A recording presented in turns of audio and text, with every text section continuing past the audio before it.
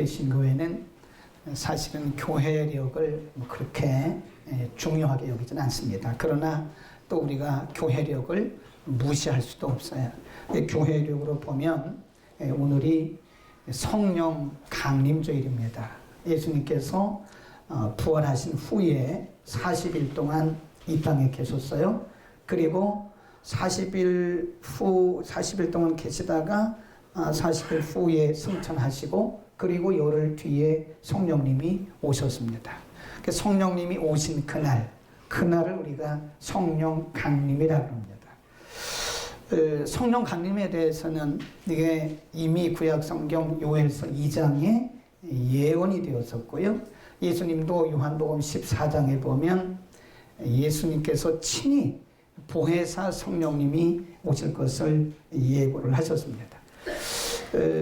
그래서 우리가 이런 성령 강림 주일을 지키는 것은 오늘 한번 딱 성령 강림 주일 지키고 말씀 듣고 끝나는 게 아니고 중요한 것은 우리 가운데 일하고 계시는 우리 가운데 오신 성령님을 기억하고 그리고 우리의 삶의 현장에 성령님을 늘 모시고 적용하는 그런 삶을 우리가 다짐하는 시간이다. 성령이 누구냐? 성령님에 대해서 성경에는 여러 가지로 말씀들을 하고 있는데 제가 쓴 책에 보면 한 14가지, 15가지가 있어요. 구약에도 성령님에 대한 용어가 있고 그런데 예수님이 직접 말씀해 주신 것이 뭐냐면 보혜사입니다. 내가 아버지께로 가면 또 다른 보혜사를 너희에게 보내실 것이다. 그래서 요한복음 14장, 15장, 16장에 보혜사라는 단어가 5번 정도 나와요. 그 보혜사란 말이 히브리 헬라 말로는 그리스어로는 파라클레토스, 파라란 말은 옆에, 클레토스 변호하는 자.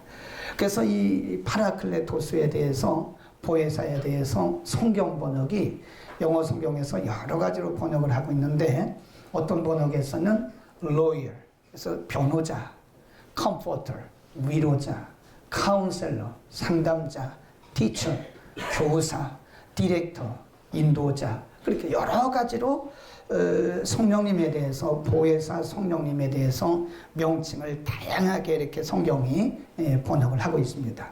근데 그것은 명칭뿐만 아니라 성령님의 사역을 우리에게 가르쳐 주시는 거예요. 성령님은 우리를 늘 변호해 주시는 분, 또 우리를 늘 위로해 주시는 분, 우리를 늘 안내하시고 인도해 주시는 분, 또 우리에게 늘 용기를 주시면서 상담해 주시는 분이다.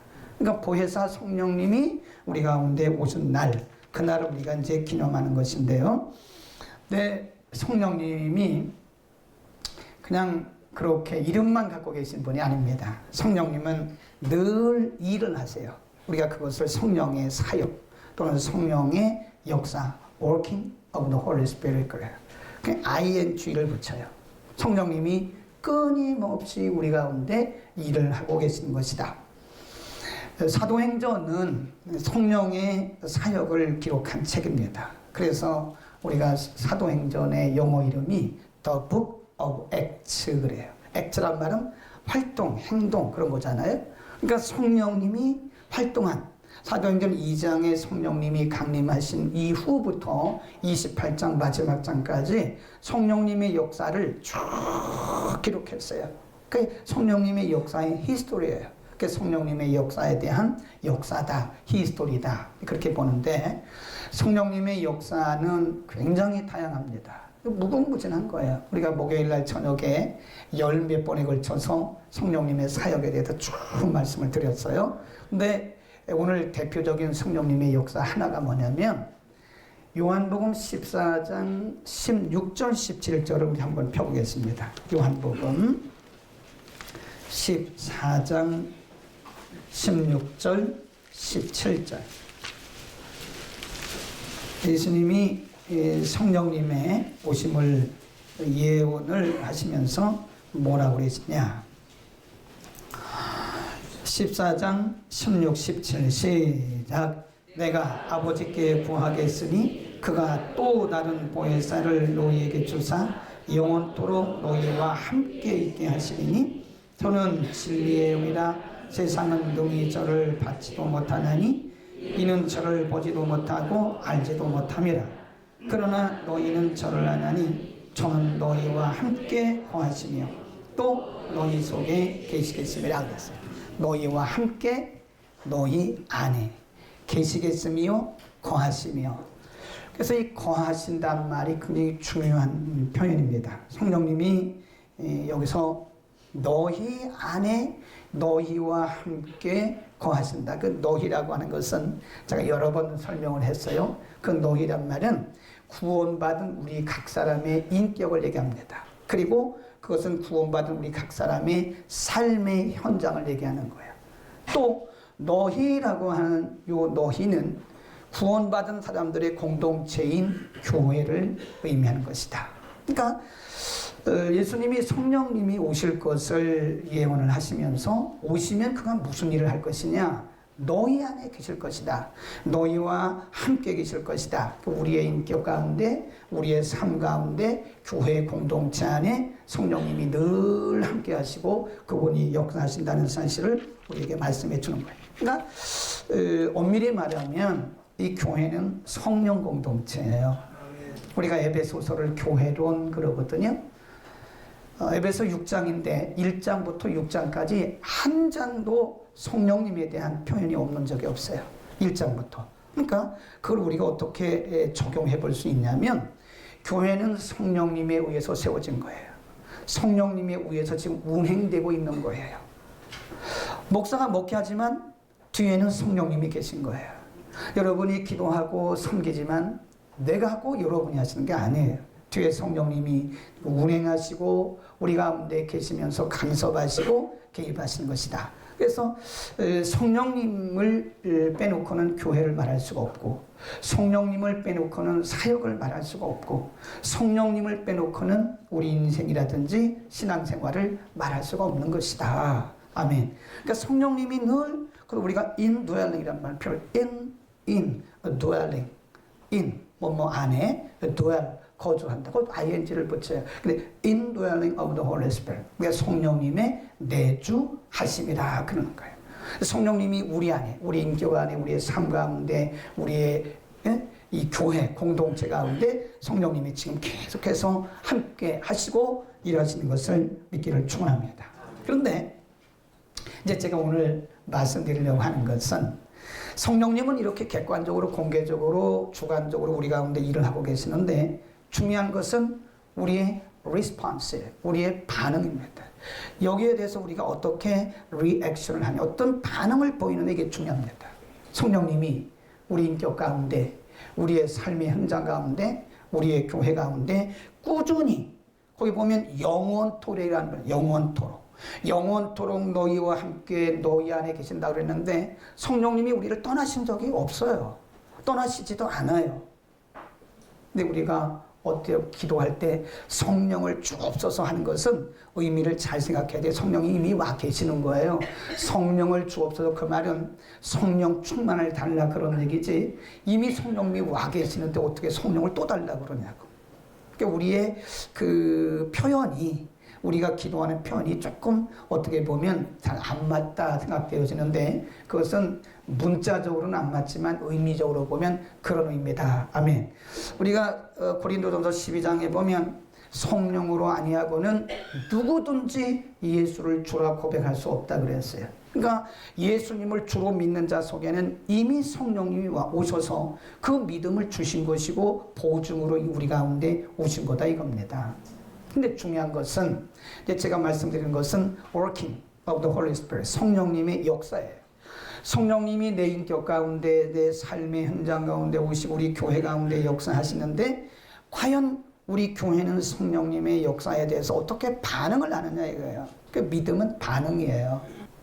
다 성령님이 우리 가운데 일하고 계시는 건데 그 사건 속에서 우리가 하나님의 음성, 성령님의 음성을 들어야 돼. 아, 저게 어떤 의미겠구나 하는 거예요.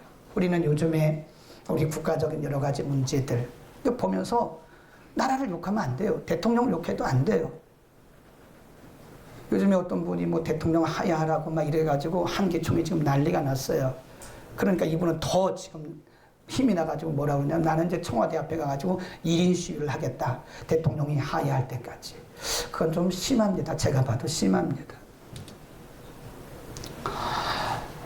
그런 여러 가지 일련의 사건들, 정치, 경제, 사회, 문화, 교육 여러 면에서 일어나고 있는 이런 다방면의 사건들을 보면서 우리는 성령의 음성을 들어야 돼요.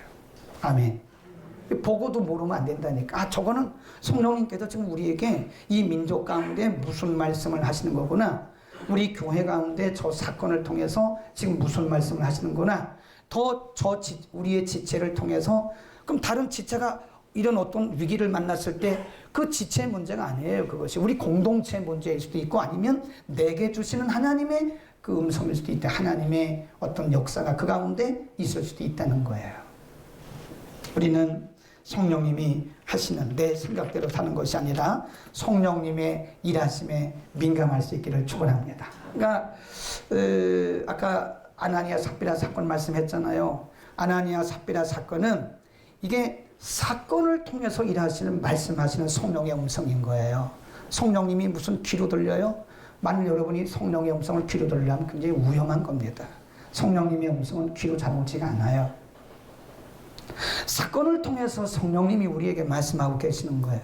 초대교회에 아나니아 삽비라가 헌금을 훔쳤어요. 하나님의 거룩한 교회에서 하나님께서 주신 그 마음을 훔쳤어요. 그 마음에 불순종한 거예요. 하나님이 부부를 하루아침에 죽이시잖아요. 3시간 차이로 하루 다 죽었어요. 우리 한번 솔직하게 생각해 보자고. 만일 하나님이 사도행전 5장처럼 오늘 죽이신다면 여러분 가운데 살아남을 사람이 있을까요? 저는 저부터 죽을 것 같아요. 저부터 죽을 것 같아요. 하나님이 저부터 죽이실 것 같아요. 우리 가운데 만일 아나니아 삽비라 사건처럼 한다면 우리 가운데 살아남을 사람이 한 사람도 없습니다. 우리 생각으로 얼마나 죄를 지었어요. 겉만 우리가 신사숙녀 같으지, 겉만 우리가 번드름하게 경건해 보일 뿐이지, 사실 우리가 얼마나 우리 속이 더럽고 우리가 얼마나 거짓말을 많이 하고 얼마나 하나님을 속이는 그런 일을 많이 했냐고요. 그러나 모든 사람들을 하나님이 다 죽이시지 않는 거예요.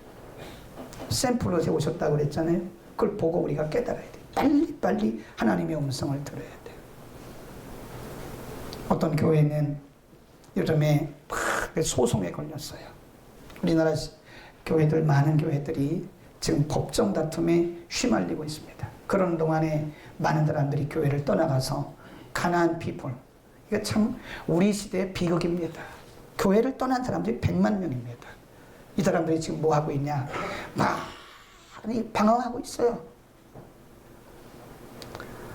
우리 시대에 생겨난 용어입니다. 그 이전에는 80년대, 90년대 가나안 피플 크리스찬이라는 말은 있지도 않았어요. 이건 사전에도 없는 얘기입니다.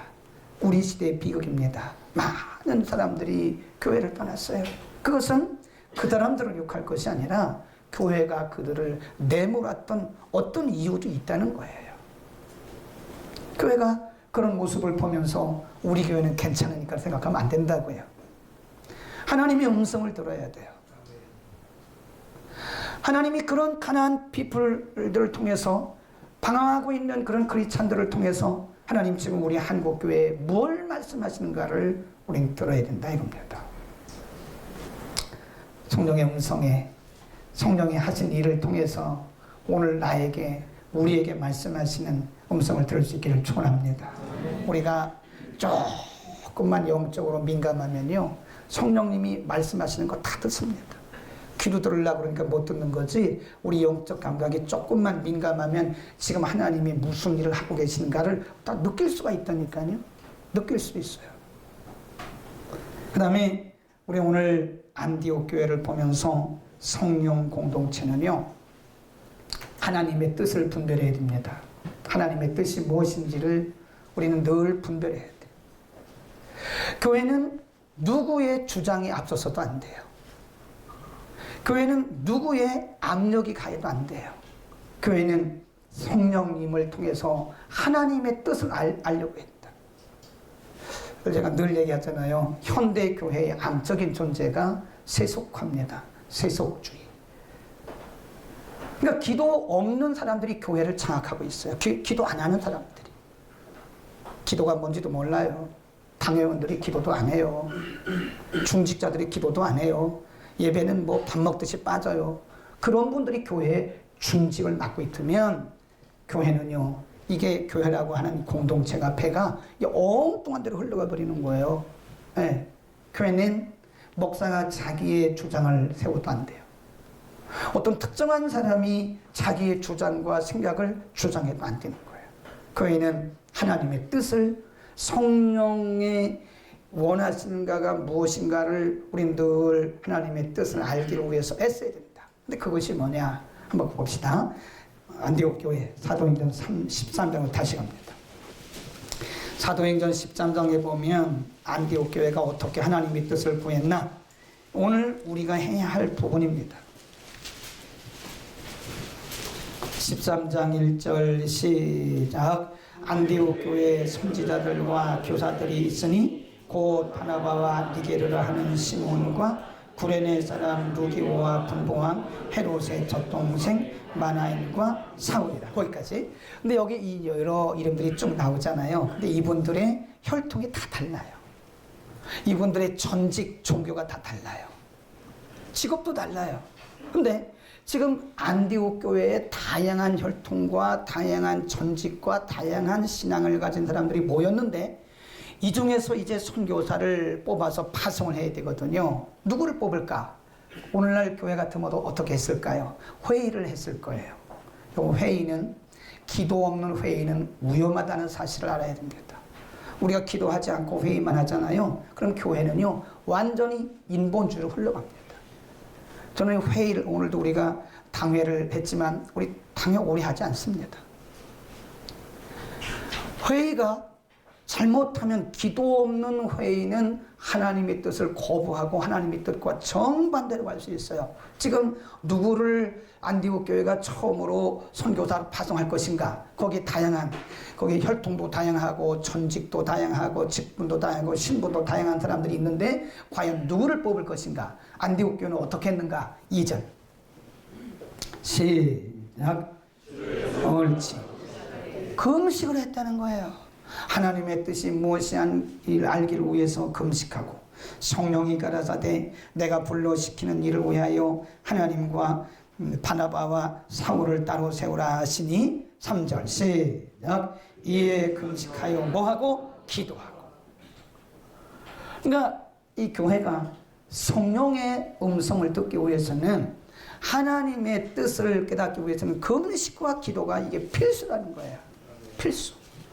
그럼 꼭 금식해야 됩니까? 기도를 간절히 하기 위해서 금식하는 거예요. 간절한 기도. 우리의 마음을 하나님 앞에 모아드리기 위해서 우리가 그냥 우리의 중심을 이렇게 하나로 모으기 위해서 금식하는 거예요. 금식이 또 만능은 아니에요. 그러나 우리의 중심의 표예요, 표. 현대교회의 약점이 뭐냐? 현대교회는 똑똑한 사람들이 굉장히 많습니다. 네. 현대교회는요, 뭐, 어떤 교회가 한 500명만 넘으면요, 고위중 공직자도 있고, 별 사람 다, 회사에 뭐, 회장도 있고, 별 사람 다 있어요. 교회가 10,000명 모이면요, 국회의원들이 뭐 엄청 많. 그러니까 이분들은 사회적으로 다 괜찮은 분들이거든요. 지혜도 있고. 그러니까 이분들 중심으로 가면 교회는 큰일 난다 이거예요. 사회적인 경험이나 사회적인 포지션, 이런 지위 때문에 교회가 그분들에게 어떤 중요한 일을 맡기면 교회는 이건 사람 중심으로 갈 수밖에 없는 거예요. 그러니까 교회는 하나님의 뜻을 구분하기 위해서는 회의를 많이 하지 말고, 회의를 많이 하지 말고 뭘 해야 돼요? 기도하는 회. 기도회를 해야 된다. 기도회. 뭘 해야 돼요? 기도회. 기도회. 우리는 금식해야 됩니다.